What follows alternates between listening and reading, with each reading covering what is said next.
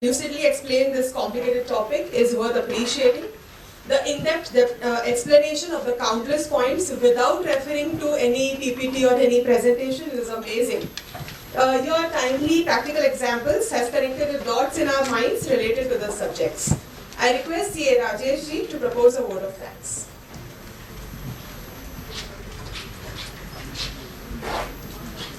I think there is no break. Good afternoon, friends. GST litigation conclave we have structured considering the lot of notices, investigations are coming, and we are facing in different ways. Notice even is the same, but the solution is also the same, because the pain, as rightly referred by sir, कि पेट ही दुख रहा है सबका, तो 16(4) के ही सबको notice है, 2A reconciliation के ही नोटिस है, तो whether reply can be same, whether solution will be the same. So we are just enlighten you all on the litigation point, how to face the litigation. And friends, we have covered in this conclave from simple notice to the writ. All types of investigations, search and appeals we have covered, and really thank to Avinash sir. When we have discussed first time, he immediately said yes, very good topic. And why we have chosen sir? Because he is the person who has filed maximum writ petitions before the High Court since 2017. I have just observed sir. Sir has filed 3B High Court. 3B is not written under section 39, and so many writs sir has filed before the High Courts and Supreme Courts. Thank you sir. Thanks a lot for all your efforts for the fraternity. For Pune branch, you have travelled all the way from Surat overnight, and sorry for inconvenience in your travelling. Some mischief happened because of our travel agent. Sorry sir for that. And I also thanks to all participants for your active participation for this conclave, and we wish you all happy learning. Thank you. Thank you, sir. Thank you, Kotraji. When we started pursuing our CA career, we all dream of becoming a CA who is extremely knowledgeable, who pursues more than one degree, who has an aura of intelligence with innocence, who authors several books, who solves the queries of anyone and everyone, and who raises voice against malpractices. Today we have with us a perfect example of ideals, CA Ravi Somani ji, as our next speaker. I request Somani sir to kindly grace the dais. I request CA Amruta madam to kindly felicitate sir.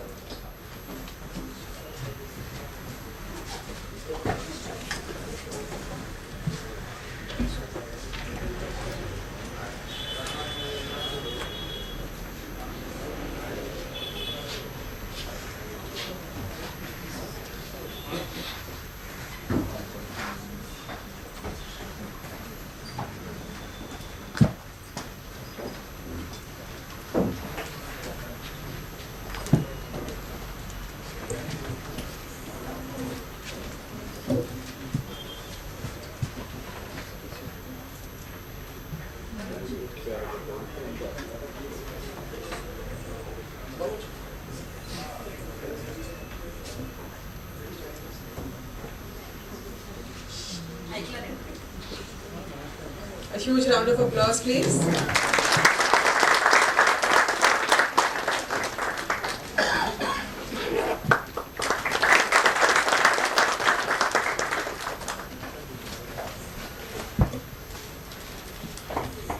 Thank you, respected dignitaries. We are eagerly waiting to grasp the essence in intricacies of handling notices, a practical approach for drafting. I request sir to kindly address the audience. We can keep it very interactive. Now my time instead of 120 minutes has reduced to 90 minutes, and I definitely cannot come in middle of your lunch. So let us try to keep it very practical, very, I would say, day-to-day situations that we come across, how do we really handle the notices? Okay. The approach that I am looking at is, again, if you want to handle notices, the very important first thing is that we should be knowing the law. What is the law relating to notices, be it issuing of notices? Someone asked very valid question, Mehta sir has asked about the service of notice. I have some thoughts to share over there. I'll share it as and when I come to that particular point. So like this, multiple things we are seeing, we are currently seeing in GST. Somebody told, when GST will come, everything will be automated, सब system के through से हो जाएगा, 2 button दबाओ, return file हो जाएगी, अपना क्या काम रहेगा, करेक्ट? और अभी सब लोग क्या बोल रहे हैं? 200 बटन दबाते हैं, बटन दबता नहीं है। थोड़ा काम कम हुआ तो ज़्यादा अच्छा है। कितने नोटिस आ रहे हैं? It's a, they are just issuing notice at, at whims, correct? Yes or no? If somebody is having multi-state GST registration, multi-GST number clients, let me tell you, it's a crime, it's a sin. So, I have seen, last 2 साल में क्या हुआ, please समझिए. Not just notices. Sir हमारे गुजरात में ये 3 matter चल रहे हैं, उसमें एक ऑडिट, ये असेसमेंट और ये इन्वेस्टिगेशन चल रही है, केरला में वो चल रहा है, कर्नाटक में ये चल रहा है, दिल्ली में ये चल रहा है, and so much so that now there are litigation management softwares. Are you aware? Are you aware? No? There are litigation management softwares launched by ClearTax, Iris, Signet, EY, PwC, and so many other people. And many companies and firms have designed their own litigation management software. Our firm, we have designed our own litigation management software only to keep track of litigation. Can you imagine? On a typical average, multi-state GST registration client, I am seeing currently 20-25 matters going on simultaneously. That is what is happening. Tremendous litigation. And ये तो जब है, when we have a stable government, everything is going more or less, seamlessly. Imagine a situation if the government is not stable, and the real cracks in GST you will see at that time. So people who feel, especially young chartered accountants, I don't know कहाँ से उनके दिमाग में आता है कि no scope in GST, all these, सब automate होने वाला है, AI, and you attend any AI session, you go disappointed. AI आने वाला है and everything is going to go and all those things. Let me tell you, India as a country is demographically at the right pace at which, trajectory of growth, at least next 20-25 years. You look at demographics. And this development is going to substantially happen over next 25 years. And government would require significant money to fund this development. Yes or no? Yes. Where this money is going to come from? Taxation. And do you really think the businesses would easily give that money? Litigation. There's a need of huge money in next 25 years. The real capex, capital infrastructure, capex is going to happen in next 25 years. Huge funds government require. They cannot go into 10%, 12% GST and all those things. It may sound really good to talk about European and all those Canadian GST. We cannot go. We are in the phase, people are saying that India should become rich before it becomes older. After 2053, we will become older as a country. So we have to become rich before that. Correct? So there is going to be huge capex, huge funds are needed, and the laws are going to be complicated. There is going to be tremendous litigation, in my view. Now, coming to handling notices under GST, that is today's topic.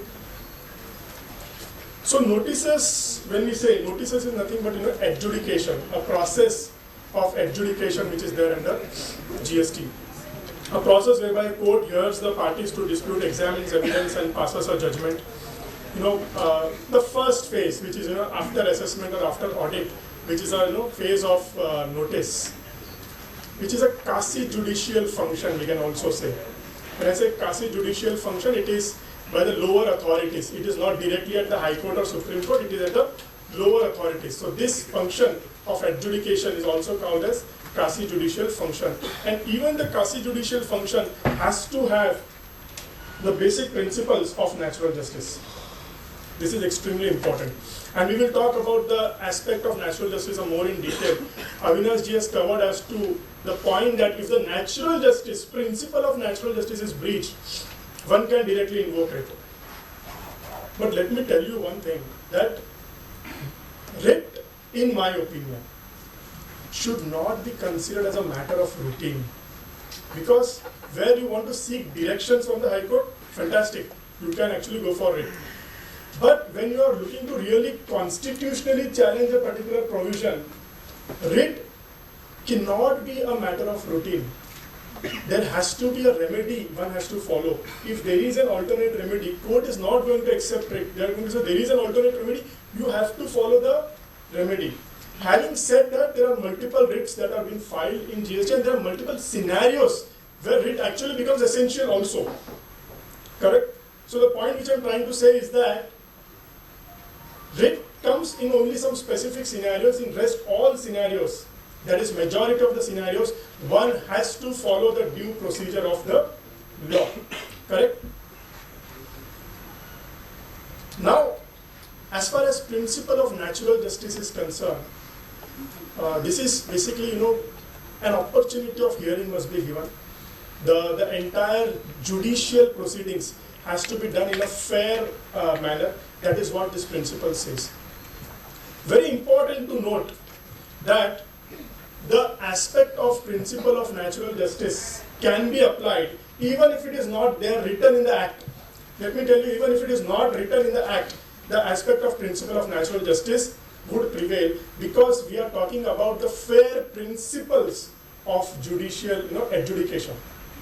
Correct? And then there are a lot of principles and I would say interpretations. A couple of them are nemo judex in causa suosa, when no man can be a judge in his own case. A person who passes the show cause notice, cannot adjudicate it. It has to be adjudicated by, order needs to be passed by a separate authority. And then, audi autem partem, both parties, to a cause must be heard. So, principle of natural justice is given. If there is a breach over there, you can straight away go for it. And I'll come to it, when we can actually say there's a breach in principle of natural justice. Oryx Fisheries is one of the judgments, very landmark, Supreme Court judgment, where it says that by looking at the language of the show cause notice, one can say that the department has very, premeditated mindset. Forget about the proceedings. Merely by looking at the language of the show cause notice, it has been mentioned that the notice is drafted in a manner where it seems that it is decided that they want to pass a order which is prejudicial. So it is given that department can invoke a notice under section 74. Then comes suppression. Now the expression suppression has been defined in the explanation. It says suppression shall mean non-declaration of facts or information which a taxable person is required to declare in the return statement, report or any other document furnished under this act or rules made thereunder, or failure to furnish any information been asked for. Very important. Many times we see that a notice is issued under section 74 on the grounds that you have not given this information or you have not provided this information or this information you have not declared. But very important, what is that a person is required to declare? If it doesn't declare that, then we can say it is suppression. When somebody is not required in the first place to declare something, and the non-declaration of that, can it be called as suppression? No. Correct? Right? So at the most, how do I communicate my details with department? I communicate my details with department by way of GSTR 1 and GSTR 3B. Whatever is required to be declared in GSTR 1 and GSTR 3B, I have declared. So once that is declared, how can there be a suppression? When I have legitimately declared what is required to be declared. And that is why when any client comes to me and asks a question, कि sir ये information GSTR 1 में देना है क्या या नहीं देंगे? Sir ये तो mandatory भी नहीं है. Can we avoid it? Is it needed? Sir इससे हमारा बहुत we have to do really lot of work to even get this information. हमारे SAP में report नहीं आती है. All those times I urge them to declare. Whenever a question comes from a client, whether to declare or not to declare a particular information, I always suggest go for declaration. Because that is going to save you from the allegation of suppression in the future and the issuance of an extended period of limitation and the penalty provisions. Correct? We will understand that in a bit more detail with some judgments as well. So this is what I was trying to say, fraud. And a lot of judgments, let me tell you. Fraud has to be a positive act. Mere, I would say accident or a mere error cannot be called as a fraud. Unfortunately, when we see the notices the way it is written, just because we did audit, we came to know about this. Had we not done the audit, we would not have come to it's a fraud. Can it be told that it's fraud? Correct? But that's how they use the standard replies and all those things. Suppression I've already talked about, when we can really call it as a suppression. Now very important is that the term suppression and misstatement. Now there's another term called misstatement. The prefix to both this term is willful. Willful. So even if, please understand, even if the suppression, even if there is a suppression and misstatement, but the same is not willful, deliberate, knowingly, still a notice under section 74 cannot be issued. Because please understand, section 74 notice means you are trying to say that the person has done fraud. It's a big claim, right? You are willfully suppressing the information, willful suppression, willful misstatement, and that is followed by the words with an intent to evade tax. Intent to evade. The term intent and the term evade. Evade itself means knowing, correct? So the point which I am trying to say, the language, please understand, fraud, willful, intent, evade, these are the four critical words. And then suppression and misstatement. All these, when read together, bring the context of that particular provision. We need to understand that we would have to read the words, in the context. When we read that in the context, it means that there has to be a positive act, which means that once the time limit of the section 73 is over, department had to really prove this positive act to be issuing a notice under section 74. Correct? I'll come to the difference between 73 and 74 subsequently. So then these are few judgments. Willful would exclude casual, accidental, bona fide, or unintentional, and of course there are judgments relating to that.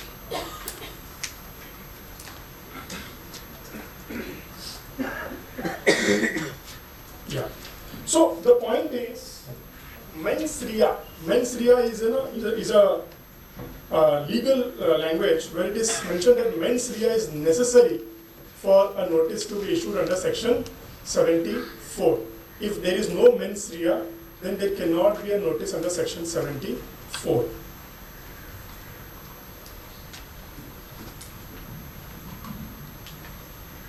Any questions still here? Yeah. Fraud is not defined under GST. Sorry? Fraud is not defined under GST. It's not defined, yes. Then the officer is going to charge with under section 74 that you have. But then, very important, see, if something is not defined in the Act, you can always take the meaning of such terms from a general dictionary meaning, one. Second, and most important, the meaning of the term fraud, because that term was already there, in the service tax and excise law as well. There is a heavy jurisprudence on this word, by honorable Supreme Courts, multiple judgments. And then I'll come to that point as to really what do you mean by the term fraud.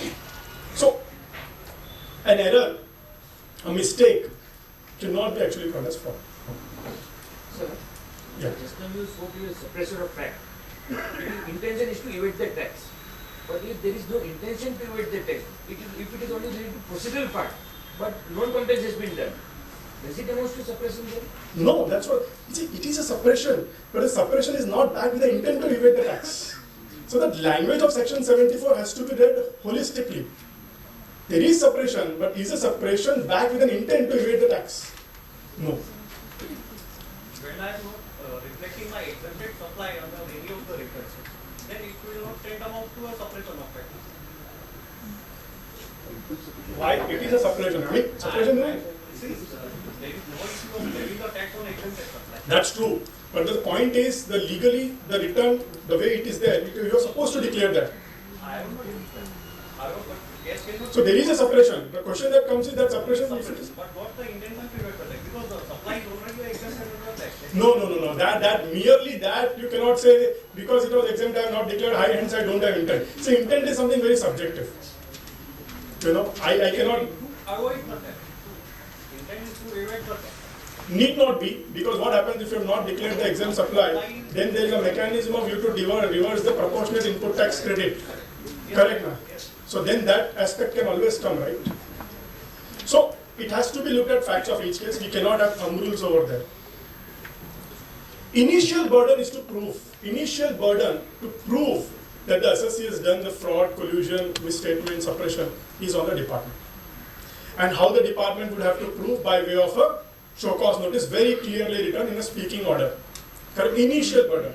But once department proves that this is a reason why we feel this is a fraud, then to counter that, then the burden shifts on the taxpayer to counter. Correct? So there is initial burden is on department and then the burden shifts on the taxpayers subsequently. Then there is a mechanism of subsequent period of show cause notice. Let us say original show cause notice has been issued with detailed grounds, reasons and all those things. On the same facts, department also wants to issue a notice in financial year 18-19, then they can simply issue a statement and a demand. You know, they need not have to give the entire detailed show cause notice once again. It is a legally accepted principle. That's why you may see that financial year 17-18 you must be receiving a detailed show cause notice on a particular issue. On the same issue for 18-19 you may simply receive a statement from the department, which is a very legally accepted thing. But very important is that the statement can come only in a scenario where the facts are exactly same of the issue on which the SCN was raised in 17-18. Even a small change in the facts or the circumstances or the position of the law, this statement would not hold valid. Correct? So this is another important provision to be noted. Now there is a penalty settlement scheme as well in the entire framework. Under section 73, if you make a voluntary payment before issuing the show cause notice, then no penalty, only tax plus interest if the notice is under section 73. If it is under section 74, then 15% penalty prior to issue of show cause notice. If you are ready to make the payment tax with interest, full tax with interest, then at that 15% penalty you can be doing away with this. And that's why many officers try to say, "Abhi bhar do, nahi to penalty lagega, nahi to fir itna lagega, utna lagega," and all those things. They try to say as if pay it immediately. So, but then the point is, many times I see that taxpayers, because they feel कि नहीं आगे इतना penalty होगा, and that's why they end up paying the matter, which is not wrong. I am not saying we should unnecessarily litigate or dispute, but then this payment should not be made only because आगे जाके penalty, if I don't pay now, you need to look at the facts and merits of the case. I'll tell you, if you look at the history of tribunal judgments in the past, service tax and excise, 80% cases the penalties are dropped, because it is very difficult for an officer to really say that somebody is doing fraud and collusion or misstatement. It is something, a big charge that they are giving. Only difference is that in GST department has now got phenomenal amount of information available with them. If somebody is genuinely doing fraud, department can actually catch hold of that particular situation. But then, if that is not the case, then one has to look at that, contest the case on merits rather than simply trying to go for the penalty settlement. Similarly, if you pay within 30 days, in section 73 anyway still not, there is no penalty. Section 74, 25% penalty, and after issuance of show cause notice, it is 50% of the amount beyond the particular time of 30 days. That is again in case of 74. And there is a contest, context of 10% penalty under section 73. In my opinion, this 10% is illegal and it actually can be challenged, because once there is no allegation of fraud or suppression or anything, this mandatory 10% penalty, one has to really look whether this is legally correct. But this is what they have devised now, that 10% the minimum chahiye, as a penalty. So this is a penalty settlement mechanism. If, let us say, we feel that our case is not really strong, then one can actually pay early and avoid higher penalties. Once the tax is paid, whatever voluntary or otherwise, the matter is said to be concluded. Very important that any tax that has been forced to be paid to assessee under investigation or as a matter of harassment or stress, then that actually one can file a petition, a writ petition in such cases. Any statements recorded can be retracted, and one can challenge the the payment that has been made instead of being settled as a part of the notice. Now this is the difference between section 73 and section 74. Very important, section 73, one can issue a notice for 3 years from the date of furnishing of annual return, and section 74 it is 5 years from the date of furnishing of annual return. Now let me tell you that this 3 years and 5 years is not for the notice, it is for the order. Please understand, in service tax the time limit was based on the notice, not based on the order. In GST the time limit is for the order, not for the notice, which means the time limit is already for the second level, not for the first level. And they say that the notice must be issued at least 3 months prior to the issuance of order and 6 months in case of section 74 prior to the issuance of order, which means the time limit for notice actually goes down even 3 months and 6 months prior to this particular time of 3 years and 5 years. Why this is done? Because in excise we have seen cases, even after 10 years the adjudication happening. Just there was one client where they have raised 19 crores of demand for which the show cause notice came in 2011. And when client visited the department, suddenly he came to know there is an order which is pending. He was not even aware, because he was not the tax head at that point of time in the company. And he went over there for some other matter, and department told him, आपका एक बहुत पुराना matter था, तो ये 19 crores का order अभी आया है. Client was shocked. ये क्या? He was not even aware that there is some case going on. So, because of this, issue where orders were adjudicated after 3 years, 4 years, 5 years, and in example which I'm giving, it was 10 years, they have kept the time limit straight at the order level rather than at a notice level. Correct? This is a good provision, I would say. Very, very important that this time limit is different for regular matters and for the refund matters. For refund matters, it is from the date of erroneous refund. The date on which the erroneous refund is given, from that date and not from the annual returns. There are cases where we have seen where department has done the audit, and in the audit memo they have questioned the refund claim. They have questioned the refund claim for financial year 17-18. The audit was done for financial year 17-18 and 18-19, where they have questioned the correctness of the refund claim. Let me tell you that they cannot question, because the time limit for refund is already gone. Time limit to say that refund is erroneous for 17-18, 18-19 is already gone. Correct? So, when we are looking at the notice or the audit para, you need to see what is the case regarding. Is it regarding refunds or no? If it is refunds, the time limit is totally a different time limit given in the law. This is very, very important, section 168A, which I think Avinash ji also mentioned about this particular thing. What department has very smartly done? They realized that the time limit which has been mentioned to issue the order, and 3 months before that they have to issue a show cause notice, is practically very difficult for them. And hence they passed the notifications under section 168A, extending the time limit that can be available for the department to issue the orders. Now there is one technical issue as well in this entire thing as to how can this be done under section 73, because that is actually for the orders, and 7310 is talks only about the orders. But the point is, another very important issue over here is section 168, when one can issue a extension under section 168A is only in the cases of situations of force majeure. Means there has to be something, black swan event must be there to be really issuing such a notification. For example, COVID. But 2023 or 2022, how can you say, COVID thing and all those things? There was no such force majeure situation. And multiple high courts have actually stayed the proceedings where, one has challenged based on 168A. So the extension which the department has issued for issuing the notices is being challenged. In fact, the reason Avinash ji was saying that I called him the other day was actually because he got one favorable order in Delhi High Court, and my partner was appearing in the Delhi High Court for the same matter. And all that we need to do is just show the High Court that there's already a case that has come in this particular case, and matter has come. Let's take.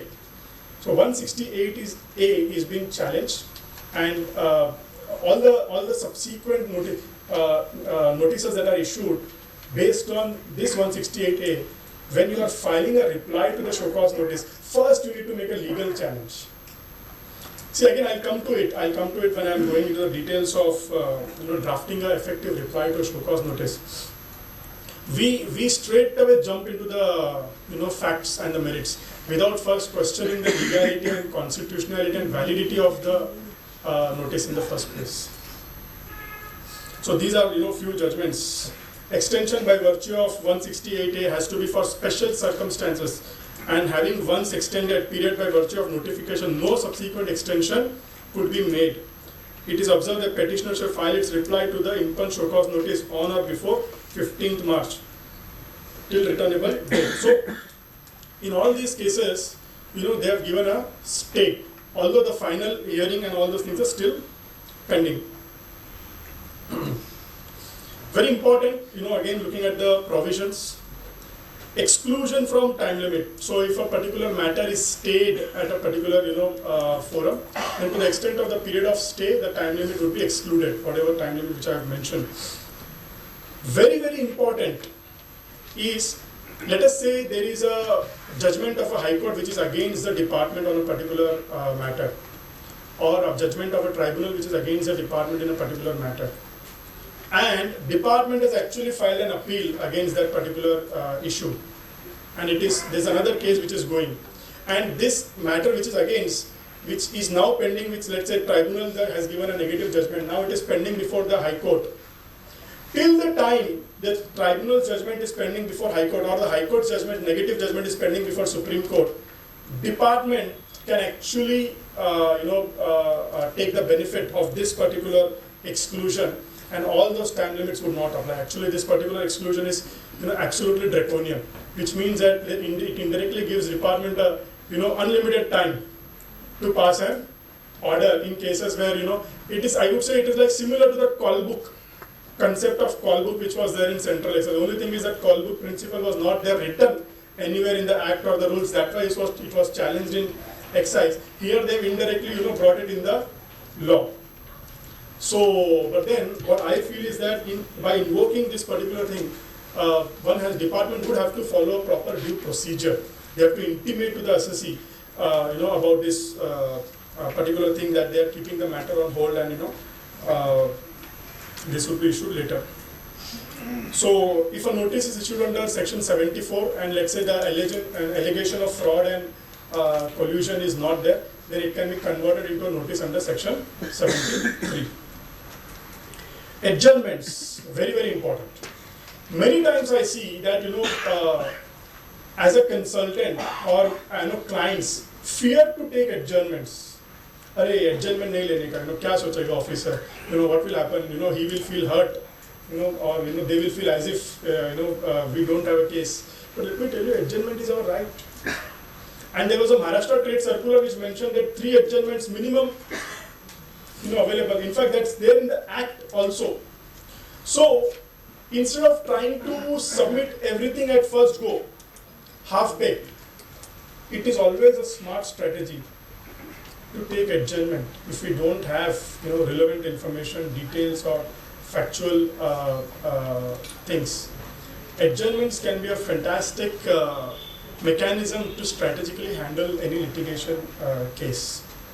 And it's a matter of right. One can quote section 75 to the officer if he is not giving adjournment. Personal hearing, I've already mentioned, it's a matter of right. Speaking order, the order has to be a speaking order. When I say speaking order, it must be a reasoned order, which means that simply saying that there is a demand or we don't accept your arguments and upholding the demand, that itself is sufficient for you to file an appeal on the legality of the order rather than on the merits. If the order is not a speaking order, that itself is sufficient for you to not even go into the merits of the case. I'll discuss that in more detail in subsequent slides. Then the time limit of passing the order, which I've already talked about.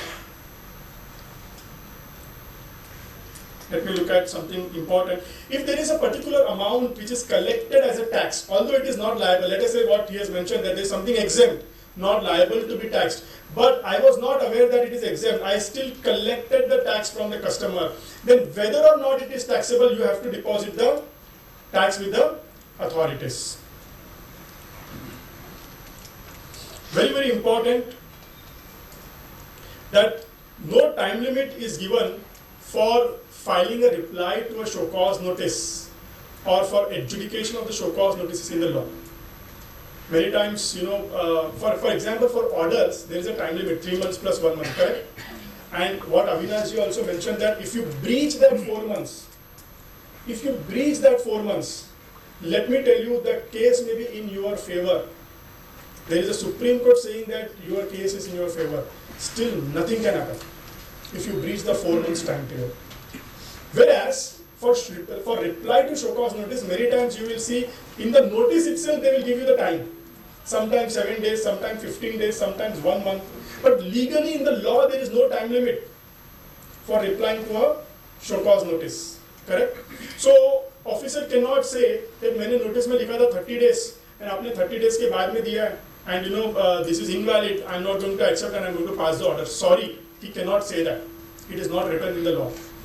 So, if the officer is given 30 days, we should definitely try to file the reply within 30 days. But let us say due to various reasons you are not able to do, you can always seek an extension over there for additional time, to reply to the show cause notice.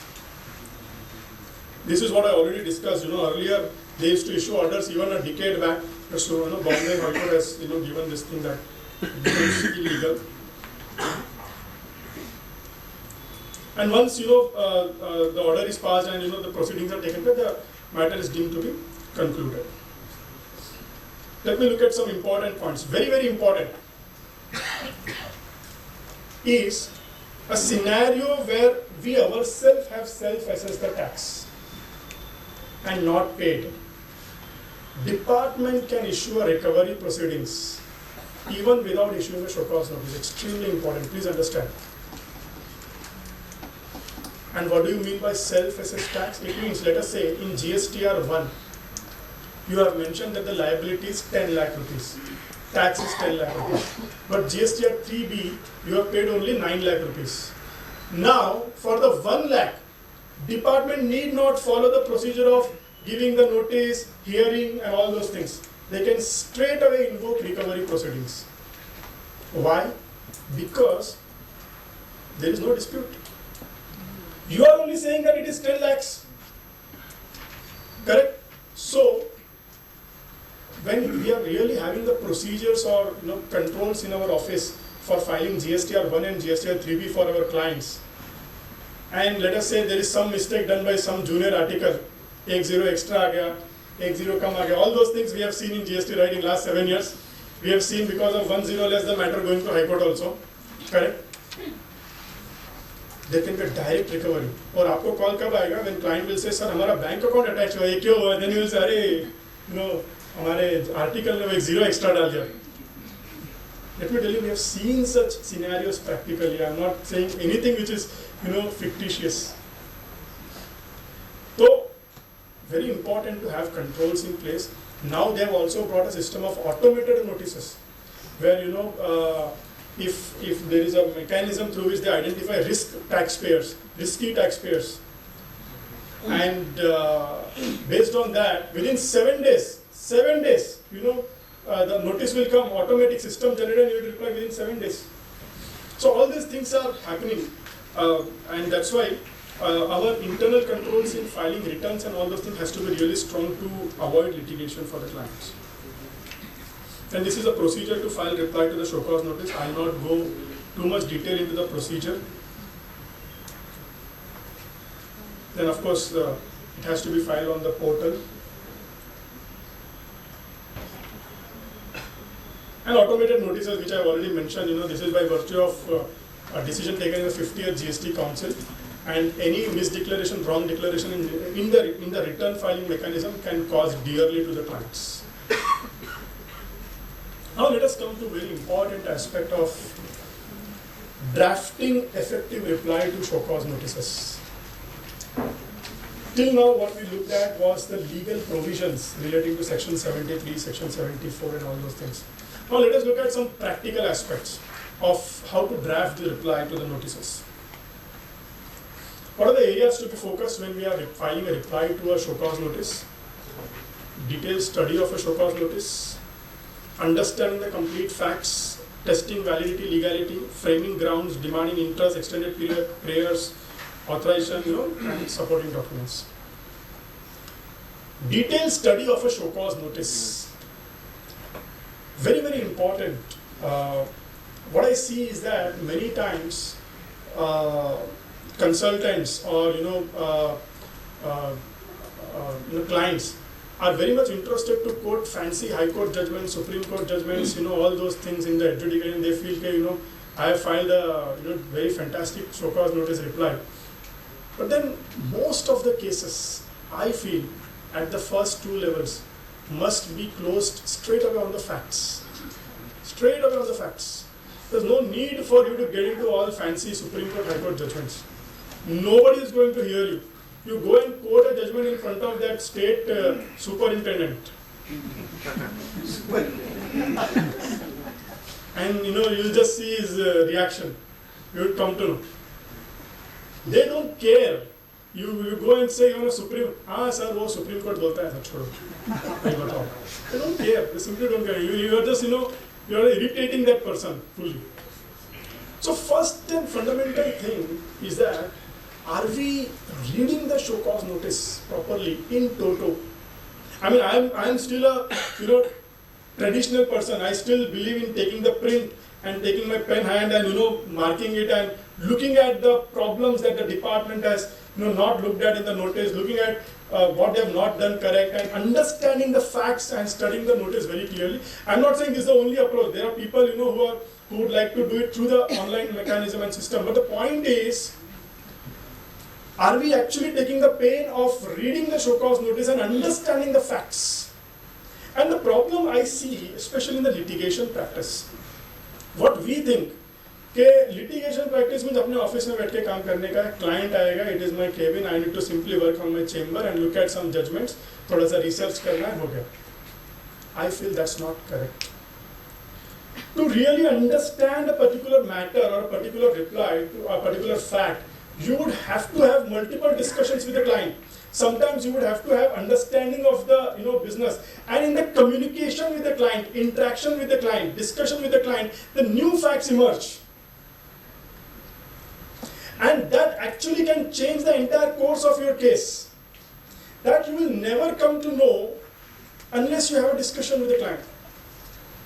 Because let us say a client says, department has alleged that we have submitted multiple letters but the client has not replied, and client has actually replied, but he has not mentioned that he has replied in the subsequent in the replies, which means it has actually not come on the record, which is talking about the history of the transaction. But then client has a document which shows that he has replied. That entirely changes the course of the particular case. There have been cases where classification matters. We visited the client's factory, understood the entire product, looked at their business, talked to their operational guys. So in detail study of a show cause notice is, in my view, crux and mandate. And having numerous discussions with the clients, understanding the business properly, why this issue is connecting, that is the way one has to look at contesting the litigation. I always tell my team that try to close the case based on facts, based on fact itself. Then there is no dispute, right? The moment you are countering based on facts, there is no dispute. And there is a high chances that based on facts, the first lower authority or the first level commissioner can actually give you order in favor. And you go to the commissioner appeal and tell about Supreme Court judgment, he is not even going to look at you. Based on facts, high probability that you can actually close it in. So, detailed study of a notice is the first fundamental aspect. Understanding the complete facts and its correlation, completely. When you look at facts, I'll give you an example. Have you ever looked at the quantification of demand? The way they have quantified the demands. Let me tell you, you simply work it backwards. The entire quantification which they have done, 8 out of 10 times you will see that the quantification is wrong. There was a client where 9 crores of demand was quantified, looking at the difference between books and ST3. When we look at it, there are duplications within the quantification, and the actual demand comes to less than 1 crore. That big the difference was. Interest calculation, let me tell you, at least, of course, last 1 year this has a bit reduced. Interest calculations I have seen 9 out of 10 times incorrect. Reality I'm talking about. And I'll back it up with some data in my subsequent slides. Testing validity, legality, grounds, merits, interest, those things I'll come in the subsequent slides. Now let me simply back it up with some data. This is what CAG, Comptroller and Auditor General, has done the audit of the GST department. And look at what they have found. This report is 2021. There's a latest report of 2023 also. I did not take the pain of putting the latest slide. So, but this is still, I know, a valid report. Now look at this. What CAG has noted officially in the report. Incorrect computation of demand in show cause notices. 161 deficiencies. In the small sample itself, 3.61% they found the deficiencies straight. Late issuance of show cause notice, delay in adjudication, incorrect invocation of extended, abnormal delay in preparation, short raising of the incorrect issue of show cause notice.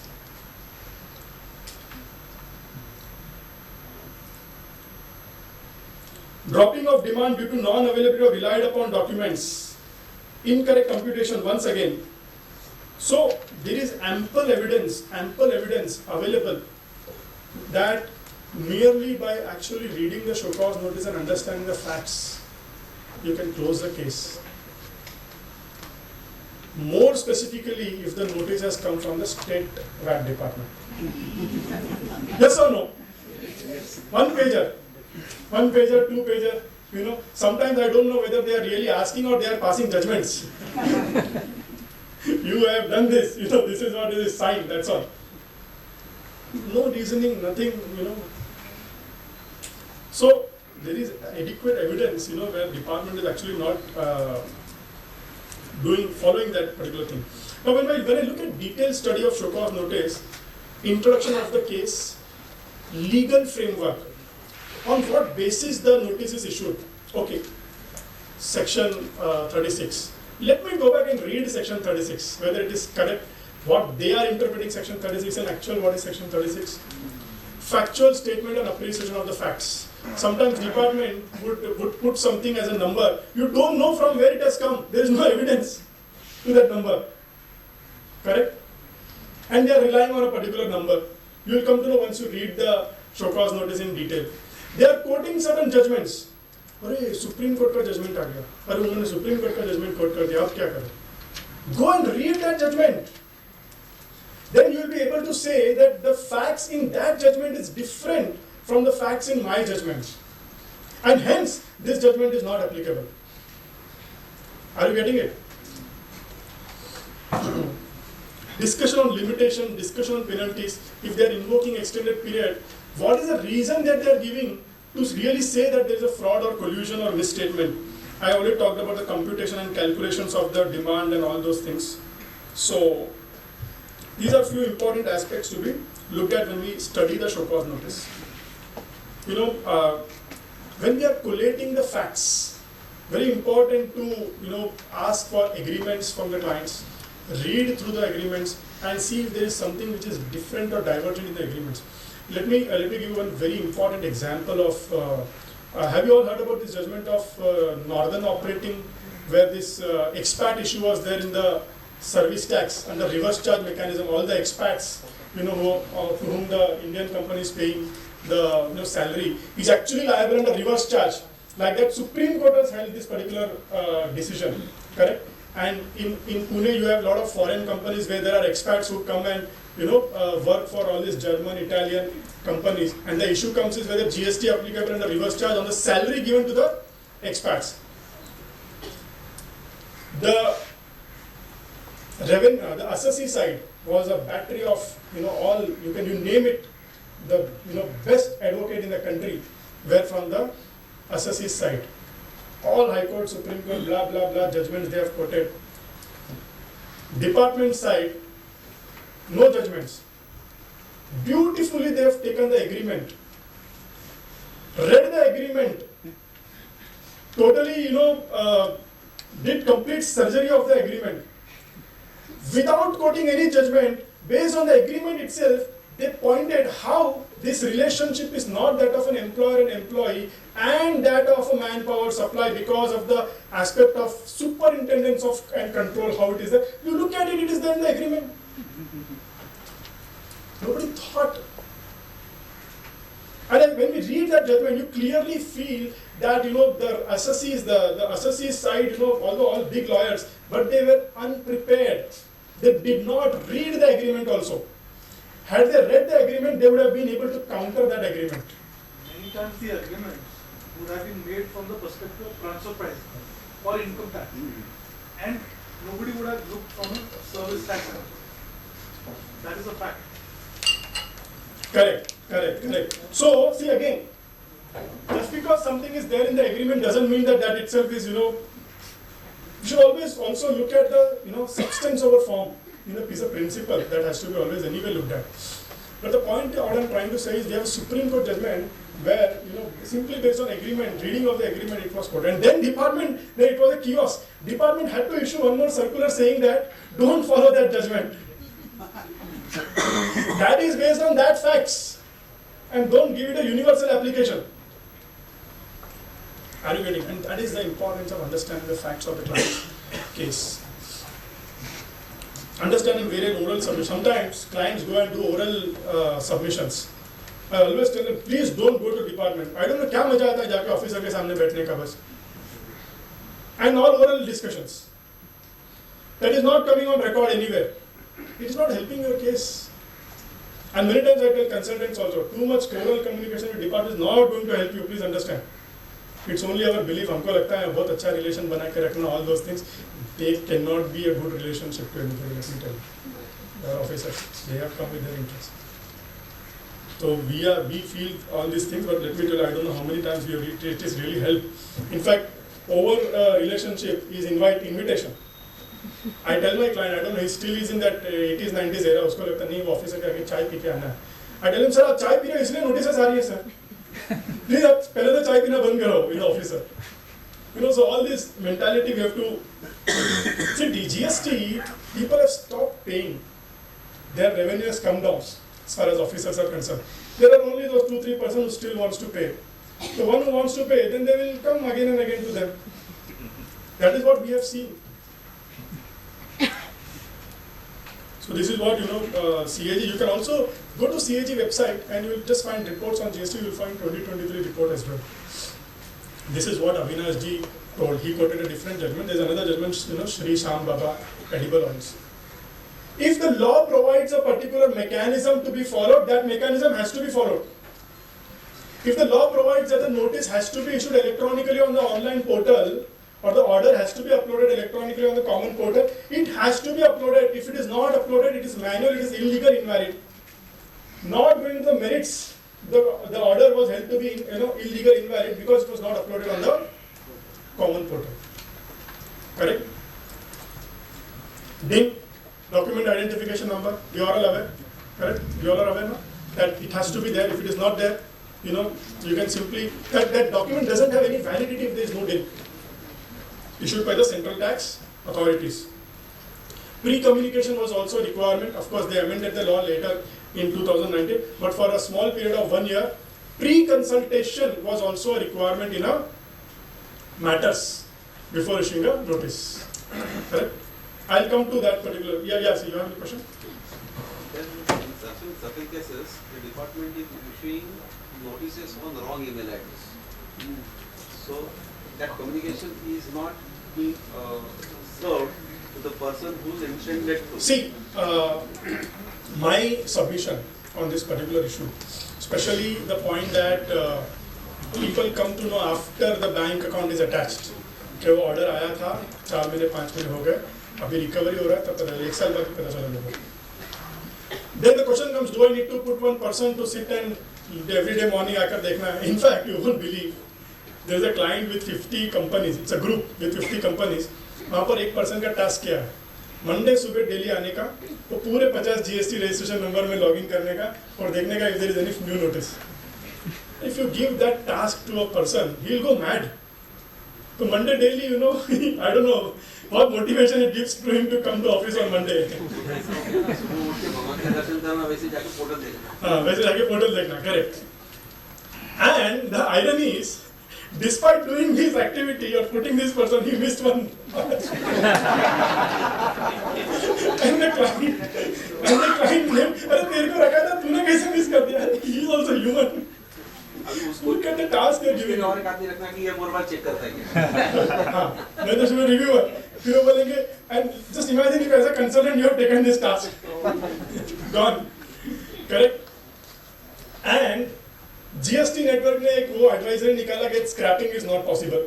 Scrapping is illegal. नहीं तो काफी software companies were actually trying to scrap it out directly from the GSTN and वो Excel sheet में दे रहे थे. This was being done for some time. But then GST network has told it is illegal. ये possible नहीं है. And very recently GST network, through some internal deliberation coming to know, they may come with some API on this. तो शायद ये पूरा portal पे जाके देखने का सिस्टम बंद हो जाएगा and slowly the softwares will come जहाँ पर client को एक Excel sheet में पूरा email आ जाएगा, once on Monday everything, something like that will happen in future. But the point is on the legality. Avinash ji has mentioned very beautiful argument that it has to be read sequentially. Of course, I never looked at it that way. But then my argument over here is that we need to understand what we read the meaning of the term serve under income tax. Correct? Serve. And all along it was physical communication. So serve means when a person receives it and acknowledges it. Does under income tax serve meant मैंने आपको दे दिया serve हो गया? No. आपने मुझे दिया और मैंने acknowledgement दिया. Correct?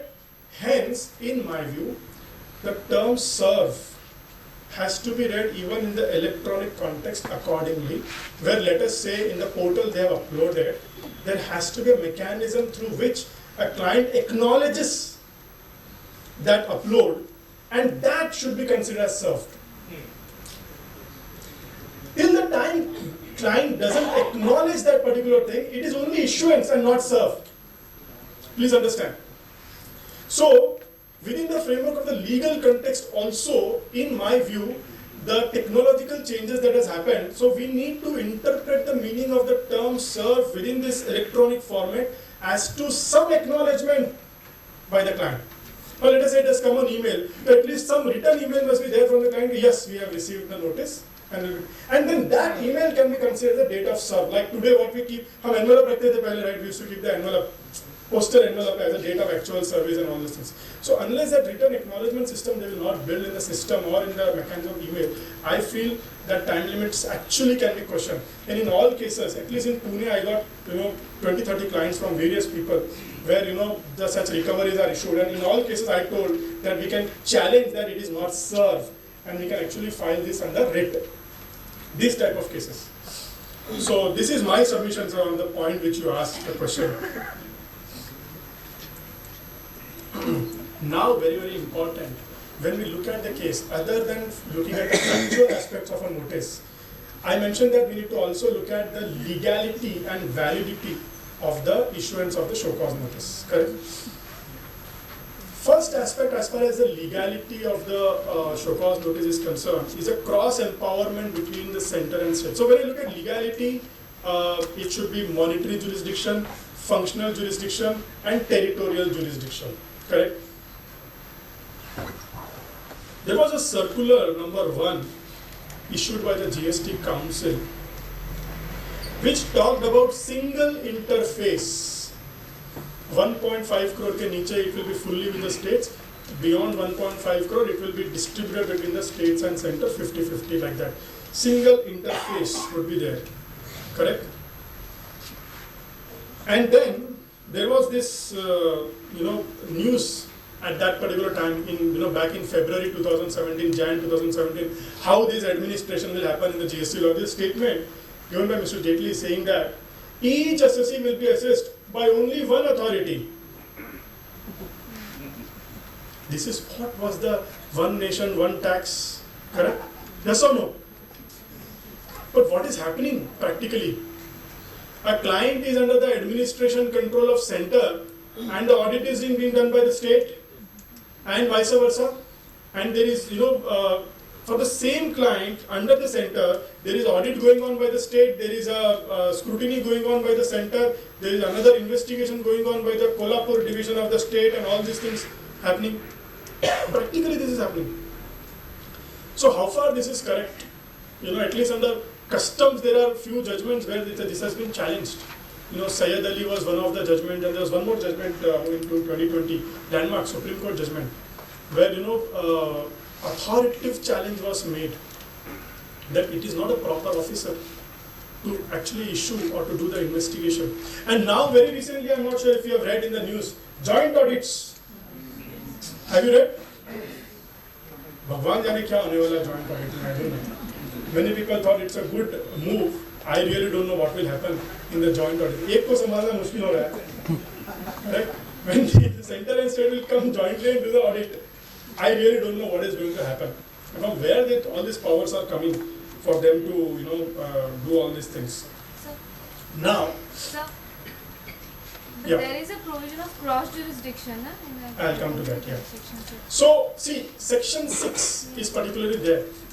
But is there a specific notification issued by virtue of section 6? And the very important point is whether section 6 itself is constitutional, because there is a, that circular issued by the GST Council has to be followed by the Council. And I am talking about a circular issued by the GST Council that there has to be a single interface. Now, what do you mean by interface? Another aspect to be looked at.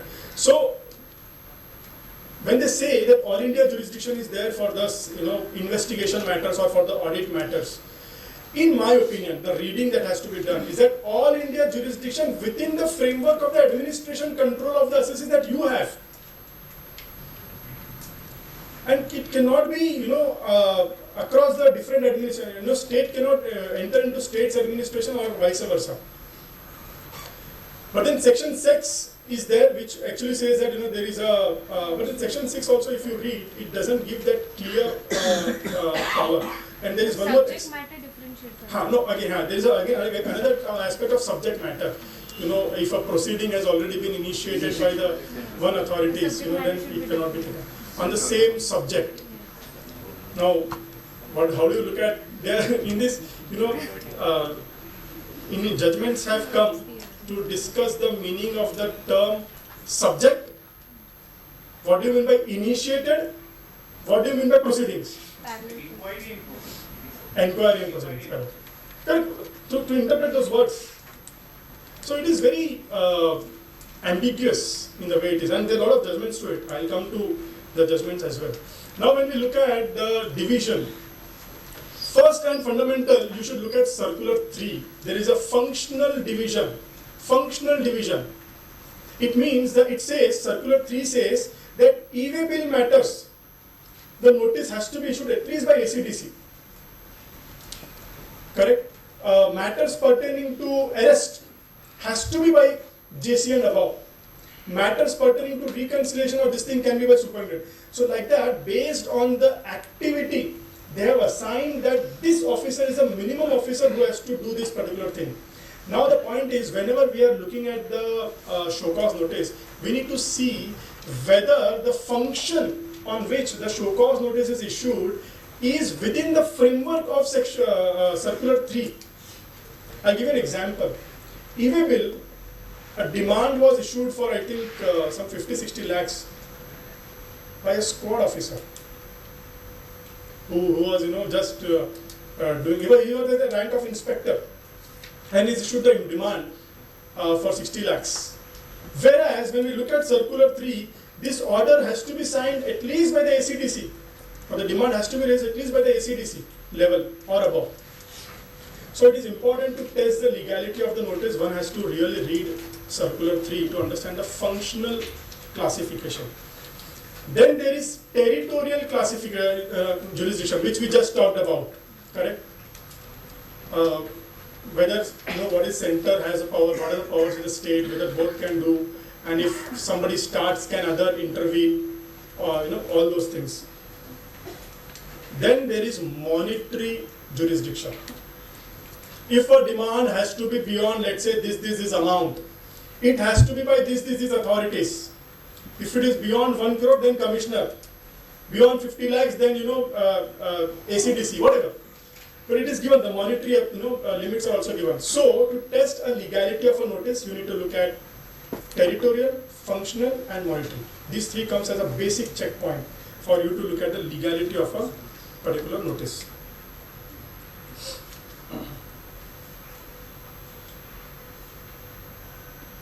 Yeah, this is what I have already talked about.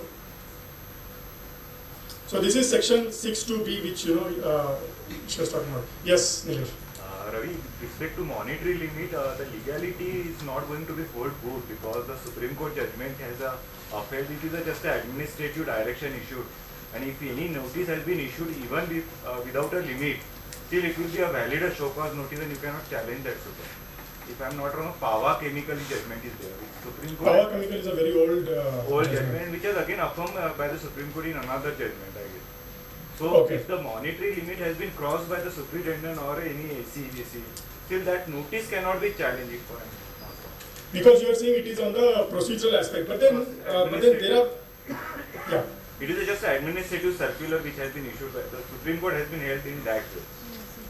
But then in GST, when we look at, I think in earlier regime, it was by way of a circular. But in GST regime, it is, first thing is it is by way of the monetary limits are by way of a circular in GST regime.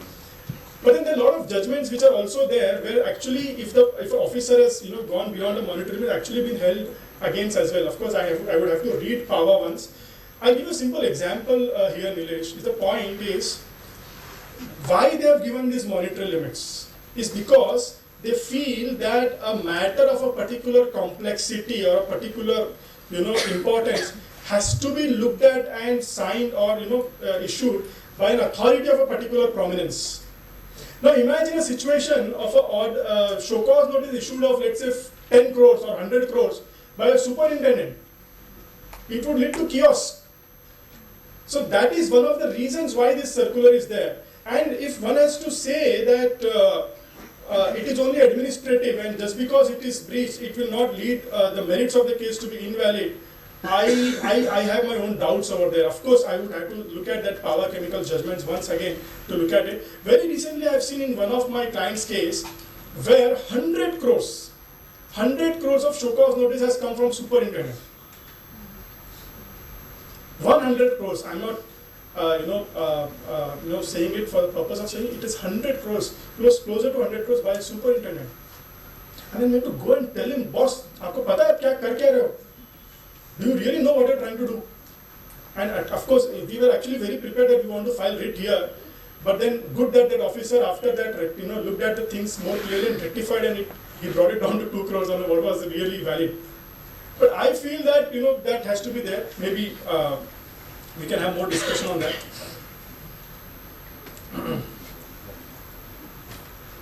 Sir, actually it was without allegation of authority. How it can be?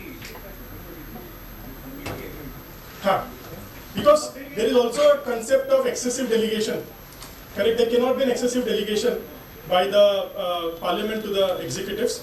And again, once the particular instruction is there, especially circular, there is a judgment that circulars, officers have to follow the circulars. Correct?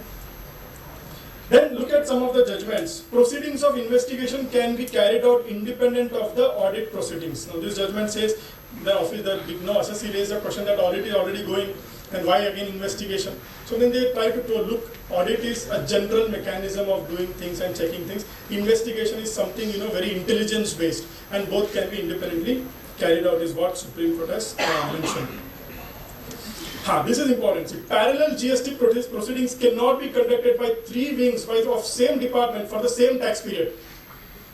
Audit, investigation and range, all are sub lage hue officer ke piche, before the assessee, for the very same period. And this is where they looked at that section 6. One authority to adjudicate between center and state on the same issue. So on the very same issue, either center does it or state does it, not both.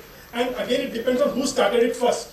So let us say one authority has already started, and then the other authority is asking for information. Then you can actually say that the matter is already sub judice, or it is already under adjudication. So there is one case which I found. DGA has done the arrest and everything, and they dislodged that is a fake firm. And they gave the penalty under sections whereby all the input tax rate and all the output tax rate was given the penalty clause. And only some portion of the output tax was given the tax. I don't know where come they brought out that. We tried to go through the structure of DGA, but we didn't found it. Then again the state is telling that we are only going for tax, we are not going for penalty now. So this is section 6(2)(b) doesn't apply. What we can say on this? So both the authorities have looked at the case. Yes. That itself is incorrect. But they say state says that we are not showing for tax. We are because in DGA there is but the issue is same, right? Issue is same, right? Issue is same. On the same issue, how can there be two authorities? I think this can be challenged. Yes. SCN cannot be issued on the same cause of action against which the favorable order is already passed by the appellate authority. So see, this is called as judicial discipline. Once already a senior authority has passed a favorable order, the junior authority has to follow the senior. Statutory bar on carrying out simultaneous parallel investigation by two different tax authorities only applicable when subject matter of two investigation is same. So if it is different, then that is particularly allowed. So all these judgments which I am quoted are actually under GST regime only. Authorities commencing the proceeding first would need to continue with the proceedings. Plain reading of provisions do not suggest any bar in exercise of audit under section 65 if assessee had faced any earlier proceeding under section 74. Then again, different wings of department can or should not issue notice. So like this, all these judgments which are there.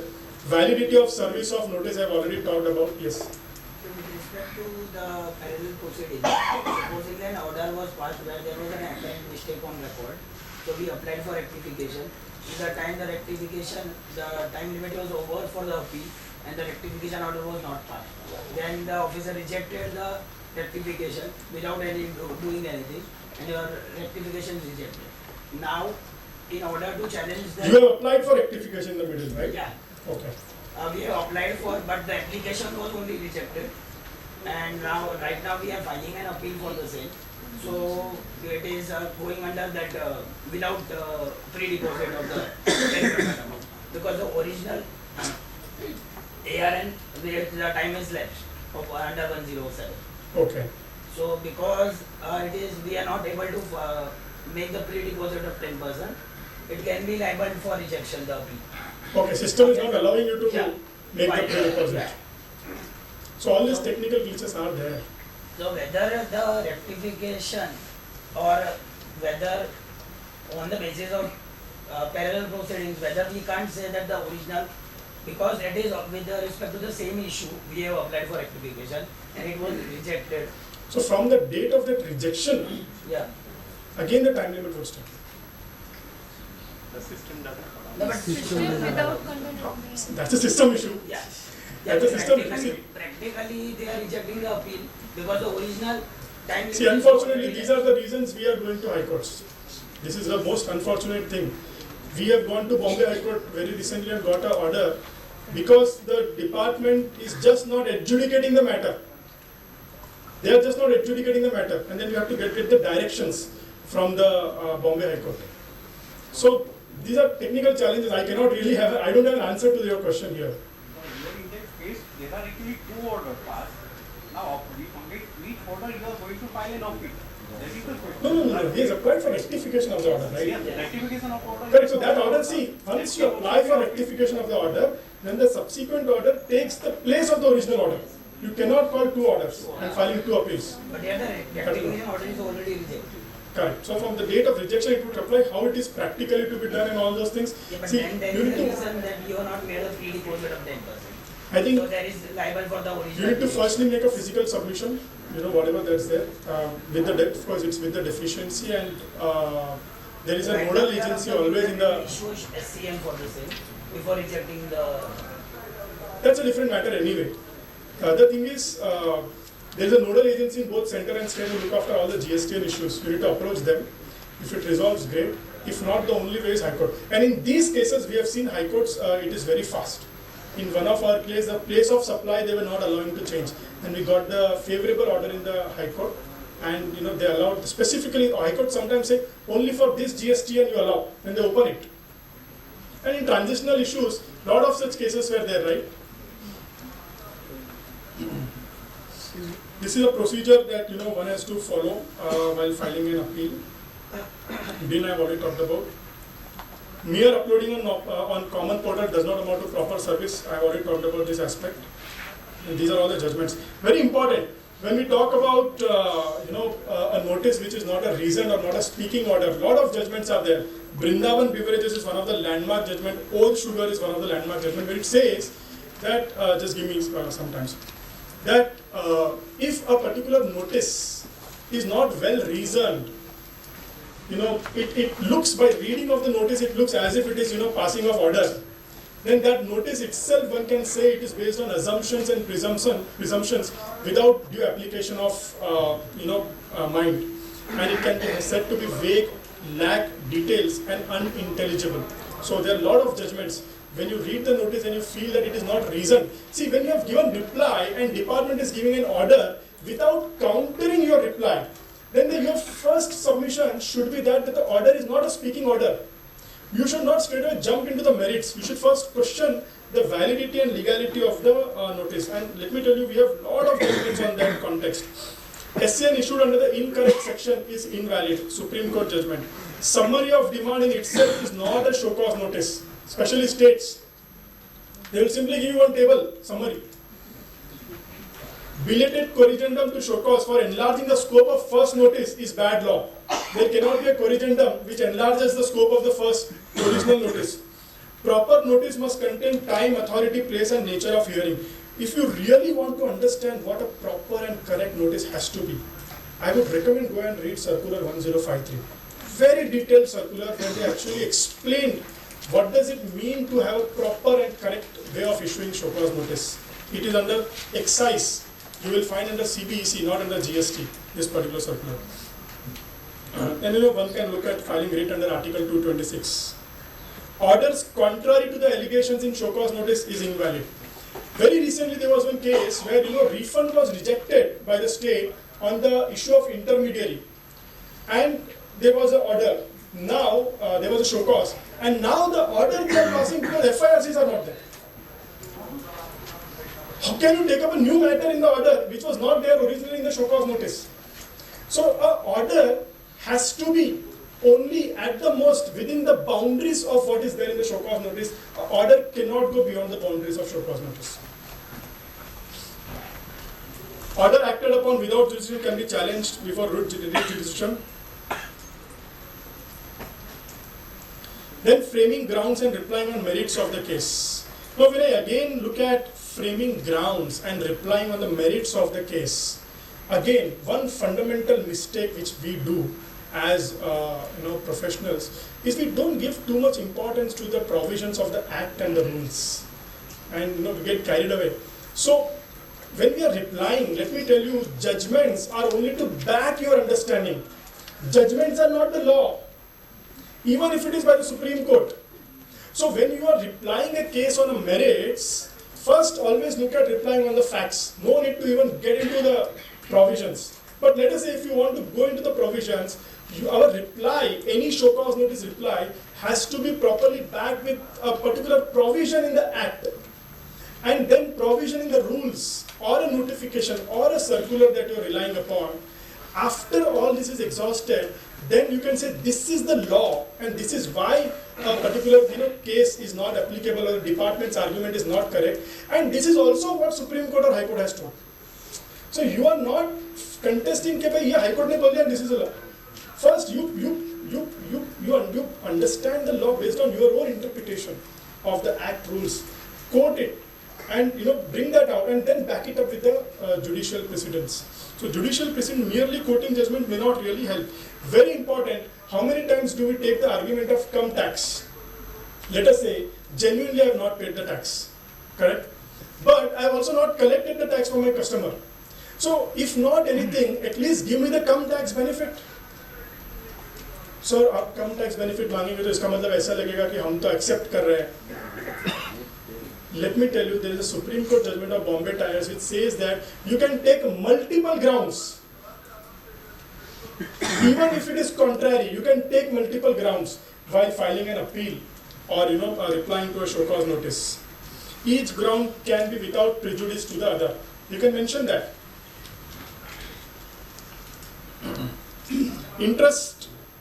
I have seen a lot of associates paying interest on the gross amount from the incorrect calculation mechanism and all those things. But I am very clear interest is on the net. I think now everybody is very clear. A lot of people have paid 24% also. But now I think again it is very clear that it is 18%. Correct? And another thing, section 50 is still not properly amended. It says other than 73-74. The question is, how can a provision ask for interest where it is not legally allowed to collect? What do you mean by other than 73-74 cases? Does it mean that if it is by way of 73-74, you would have to pay interest on the gross? Impossible. Let us say there is a demand of 1 crore. I already have an ITC of 90 lakhs. Now I need to pay interest only on 10 lakhs, right? So how can a section, in my opinion, section 50 is unconstitutional to that extent. It can be challenged that what is interest? Interest is nothing but paying department a compensation for the opportunity cost, correct? Which they are legally eligible for. But when I have already paid 90 lakhs to my supplier who has deposited to the government and that money has already been credited to the bank account of the government, then how can there be interest on that portion of 90 lakhs? So in my view, this issue of gross and net is again going to come in future. And in my opinion, it has to be again on net only, not on gross. Fraud, I've talked about it, let me look at quickly few judgments. Fraud, willful misstatement, suppression is a question of fact and has to be established if there is a positive act. Please understand, positive act, conscious or deliberate withholding of information necessary to invoke larger limitation. So mere act is not sufficient, but positive act, deliberately done. While issuing subsequent show cause notice, similar facts could not be taken as a suppression of facts on part of the assessee. When earlier the show cause notice was issued, department was already aware about this particular facts now. Where is suppression now in the subsequent show cause notice? Let's say department has already done the audit and all these facts were already shared. Then the subsequent period, can there be extended period or extended penalty? No. That's why I say when department is doing audit, whatever information you are sharing, please put it on record. That will help you, in your all the cases of suppression and extended period. Department, when it is already aware of a particular transaction, filing of returns regularly itself, there are host of judgments which has mentioned that merely because you have filed all the returns correctly and regularly, there is no suppression. On the contrary, there are judgments which held that assessee has not filed the returns and it is suppression, and actually in those cases penalty has been upheld. So and that is the importance, and that's where we need to educate the clients about what it is to file the returns timely and regularly. Extended period cannot be invoked in the case of revenue neutrality cases. So revenue neutrality, for example, RCM. Reverse charge, you can actually say, sir, what is the benefit I would get? Why would anybody do fraud in reverse charge? I am going to pay and take the credit. Very important. Extended period and penalties cannot be invoked in cases of matters involving interpretations. You can always challenge and say that this is a matter involving interpretation. There was a dispute, this was an industry issue. You will be surprised to know that there is a very big issue going on in the industry on the classification of seats of the two-wheelers. And entire industry has wrongly paid GST as 18% on the two-wheeler seats, which is actually taxable at 28%. And now, after the 6 years, they are now paying. Just imagine, 1,000 crore company on which 100 crore demand for each year, which is 600 crores they are now paying GST. Business will get vanished. Who has 600 crores? Sometimes we focus too much on other things, but when we look at classification, is very, very critical aspect. One wrong classification can actually have the ability to vanish the entire business. Let me tell you, no businesses are working on the margins of 10%. They are 3%, 4% automobile components, and you ask to them pay 10%, 600 crores. Interest is equivalent 600 crores, and then equivalent penalty 1800 crores gone. 1000 crores of turnover hai saal ka. Correct? And then we search classification on Google. What is the GST classification of? Huh? That's what we do. We search classification on Google. Sometimes we receive WhatsApp message. What is the classification of laptop? And somebody is replying. वो जाके Google करके reply कर रहा है वो भी. Very important. Please understand, how we are actually suggesting our clients. In all these judgments which are there, if a law is introduced retrospectively, extended period cannot be levied. Mere non-declaration returns cannot be labeled as suppression. There are some, again we need to go into the factual. Super industries is very important judgment. If something you have declared in the books, it means there is no suppression. अगर चोर को चोरी करना है, fraud करना है, do you think he is so stupid he will declare in the books? It means there was no intent. He has declared in the books very clearly. There is no intent to evade. So I will not go into reading of all these judgments. Already, the crux I have talked about. Burden of proof we have discussed. Relied upon documents is very important. If there is a demand of 1 crore, department has to give the breakup. If department is not giving the breakup, sometimes we do foolish things. Department ने breakup नहीं दिया, हमने उठा के लेके attachment करके दे दिया. Why you are doing? Why do you want to create a case out of nowhere? Let him take the effort and give the breakup of 1 crore. You don't even go into the merits. Reconciliation, TDS versus this. They don't know what is this. And then हमने उठा के पूरा material दिया and then you have used the same material and passed the order. Why you have given the material which they did not had earlier? So when the show cause is vague, reply also keep it vague. Keep it only on legality rather than on merits. Then look at some other key aspects. I think this is more of general things which I have covered, that adjournments and all these things we can seek. Additional time can be sought. Payment can actually be made under protest wherever we feel that we are not liable. We can make under protest and file an application for refund and contest that matter. We cannot say that I will pay and I will apply for refund after 6 years जब कोई Supreme Court का judgment आएगा. Sorry, Mafatlal Industries is a settled jurisprudence. It said that you have to contest your own battle. You cannot say कि L&T Supreme Court जाएगा 6 साल बाद judgment आएगा तब मैं भी refund application डालूंगा. Sorry. Whether you have filed refund application is important. If you have not filed refund application today and the judgment comes after 5 years, your case will not be entertained. Correct? So if you are paying under protest, make sure you also file an application if you really want to contest. Or if the department has issued show cause, then you can contest based on that. Type of reply given at the time of notice is very, very important because that is going to decide your case in the future. Sometimes the litigations go even for 6 years, 7 years, even 10 years when the matter is under tribunal. Let us say you want to take up the file and read it after 5 years. You would want to have a clear history, right?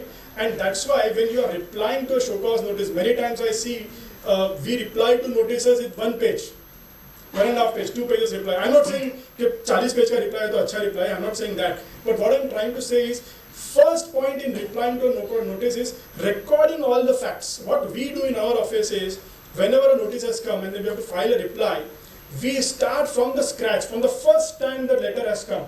That letter came in 2017 August. This was replied in September 2017. Then the physical visit happened in 2019 this date. Then this was replied. Then this was all the trail, everything we put it very clearly in the history of the reply. Because now when you open the case after 5 years or 6 years also, within span of 2 hours or 3 hours of reading, you should come to know, okay, this is the background, I have all the steps. After 6 years, you will definitely not come to know. Correct? So it is important to put everything on record while you are replying to a notice. And this is what the mode of communication can be. Email does have a legal recognition. WhatsApp don't have a legal recognition. So a lot of times we do a lot of cut paste in the reply, all those things. No problem, we can still do. But at least cut paste should be done with application of mine. Correct? I get irritated when my office somebody does and there's the name of another client in the reply.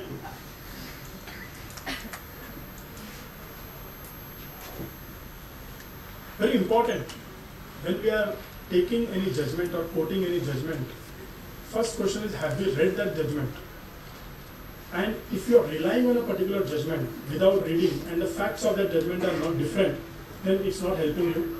And let us say, if you relied on a particular judgment and that judgment became negative later, your case is gone. Straight, nothing doing. Well, you relied on this judgment. So we should understand whether we need to rely on the judgment or the ratio of the judgment. Correct? That can help in your future.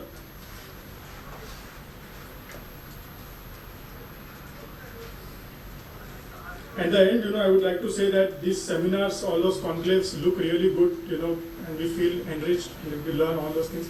But the real learning is only going to come from the self-study. And if you really want to understand and keep up, abreast with the latest changes in GST, these are few important websites: Tax India Online, TMI, and Excus. At least I feel these are like lifesavers for me whenever I want to look at doing any research or something. So I think TMI has done really good off late, and they cover all income tax, FEMA, foreign trade policy, and you can quickly log in every day morning. You come to know what are the new judgments, what are the new notification circulars, and within a span of 30 minutes you get an update of what's happening. So these are few materials that you can use. Yeah. So that's all from my side in the context of replying to the notices. Yeah, we can take some questions. I'm coming in the middle of the lunch. Yeah. So as discussed before, we are supposed to get the notice in the order within 3 years. Right? So currently I'm getting some notice in order for the year of 17, 18, 18, 19. So am I supposed to reply to those? Or No, you can reply, but you can say that it is already gone. The period of limitation is over. But sir, they have attached the bank also regarding those notices. So you need to see whether it was really within the time limit or not. If it is beyond time limit, even though if they have attached bank account, you can reply, file an appeal against that, stating that it is beyond time limit. You need to only see whether it is in section 73 or 74. Sir, both, they are both 73 and 74. 74 they have time. Okay. 73 they don't have time. Yeah. Yes. In case of conversion from 74 to 73, what will be the time bound? Suppose they have first issued a notice order in 74, and later on it converted into 74. They would have time in my view. So, if suppose they have issued the order after 4 years, and again 74, and then it converted into 73, whether order It will be valid or maintainable. not? In my view, it will be maintainable. 73 says that it should be. No. See, converted in the sense that is no more there in that particular thing.